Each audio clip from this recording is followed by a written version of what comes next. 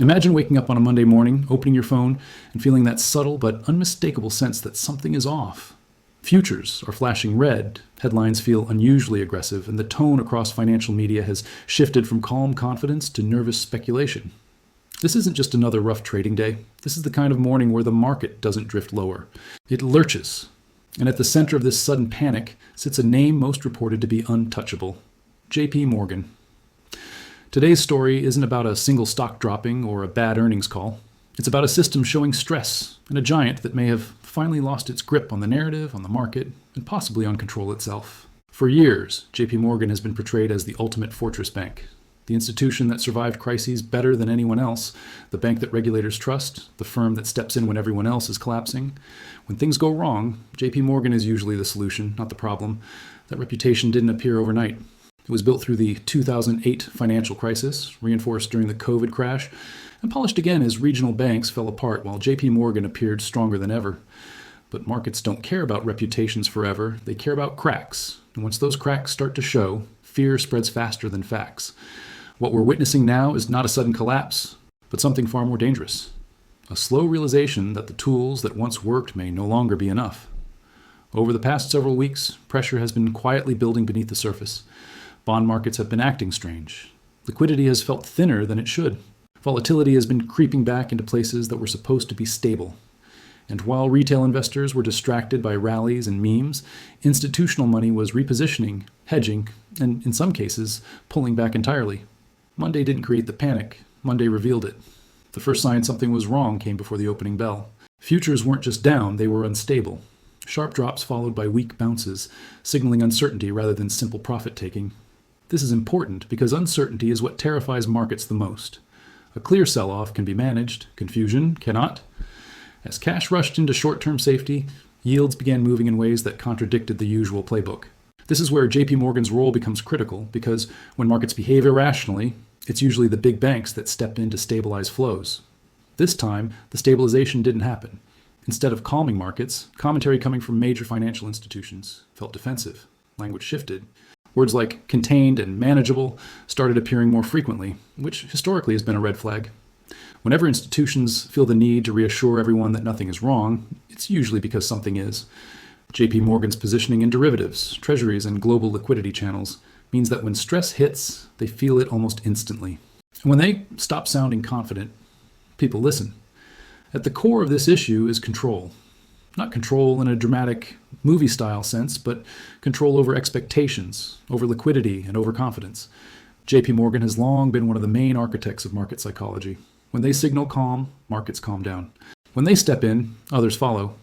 But now, markets are starting to move faster than the messaging. Information is spreading instantly. Algorithms react before humans can respond.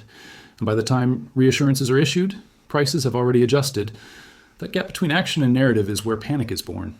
Monday's panic wasn't just about JP Morgan's stock or bank stocks in general, it was broader. Credit spreads widened. Financial ETFs saw unusual volume. Options activity spiked aggressively, especially on the downside. These are not the actions of emotional retail traders.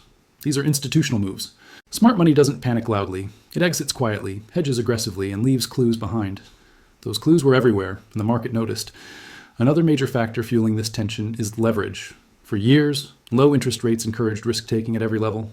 Hedge funds, private equity firms, corporations, and even governments loaded up on cheap debt. JP Morgan, as one of the largest facilitators of global finance, sits right in the middle of that leverage web. When conditions are good, leverage amplifies gains. When conditions tighten, leverage becomes a trap. Rising yields, persistent inflation, and slowing growth have created an environment where that trap is starting to snap shut. Monday progressed. The panic didn't explode, but it didn't fade either. That's the most unsettling part. True crashes are violent and obvious. Structural shifts are quiet and persistent. The market didn't scream, it whispered.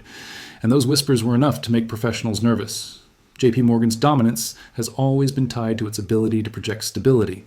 If that projection weakens even temporarily, the ripple effects can be enormous.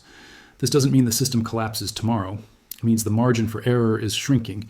It means stress is no longer theoretical. It's visible, it's measurable, and it's spreading. When the strongest institution shows signs of strain, everyone else reassesses their risk. That reassessment leads to selling, hedging, and withdrawal. Not because disaster is guaranteed, but because survival comes first. So where does this leave us? It leaves us at a turning point. A moment where markets must decide whether this panic is a warning shot or the beginning of a deeper unraveling. JP Morgan may regain control. They may stabilize flows, reassure counterparties, and restore confidence. But the fact that this question is even being asked tells you everything you need to know about how fragile the environment has become. The real story here isn't one bank. It's a system built on confidence, leverage, and speed, now being tested by reality. Monday wasn't just a bad day, it was a signal, a reminder that no institution, no matter how powerful, is immune to changing conditions. And when control slips, even briefly, the market notices. As you watch the next few days unfold, pay attention not just to prices, but to behavior. Watch liquidity, watch volatility, watch how quickly narratives change. Because the biggest shifts don't announce themselves with headlines. They reveal themselves through hesitation, through silence, through moments where the usual leaders stop leading. If JP Morgan truly lost control, even for a moment, then Monday wasn't the panic. It was the beginning of awareness. And in markets, awareness is often the first step towards something much bigger. The concern isn't that JP Morgan is insolvent.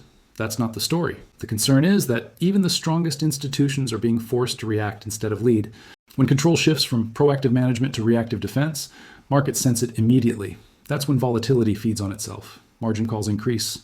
Liquidity dries up. Forced selling begins, and suddenly, what looked like a manageable situation becomes a cascade. Monday's price action reflected that fear. Sharp drops followed by weak recoveries suggested that buyers were hesitant. Everyone was waiting for someone else to step in first. Traditionally, that someone has been JP Morgan and its peers. But if those players are busy protecting their own balance sheets, the backstop disappears. And without a backstop, even small shocks feel enormous. Adding fuel to the fire is the broader macro environment. Central banks are no longer rushing to rescue markets at the first sign of trouble. Inflation has tied their hands. Rate cuts are no longer guaranteed. Liquidity injections come with consequences now. This removes one of the most powerful safety nets that banks and investors have relied on for over a decade. JP Morgan has navigated crises with the assumption that central banks would always step in. That assumption is now being tested. Public confidence is another fragile component. Social media, alternative media, and independent analysts are questioning narratives faster than institutions can respond. The idea that too big to fail equals too strong to worry about is being challenged. Every unexplained move, every vague statement, every delayed response feeds speculation. Markets are psychological ecosystems, and once trust erodes, it's incredibly difficult to rebuild.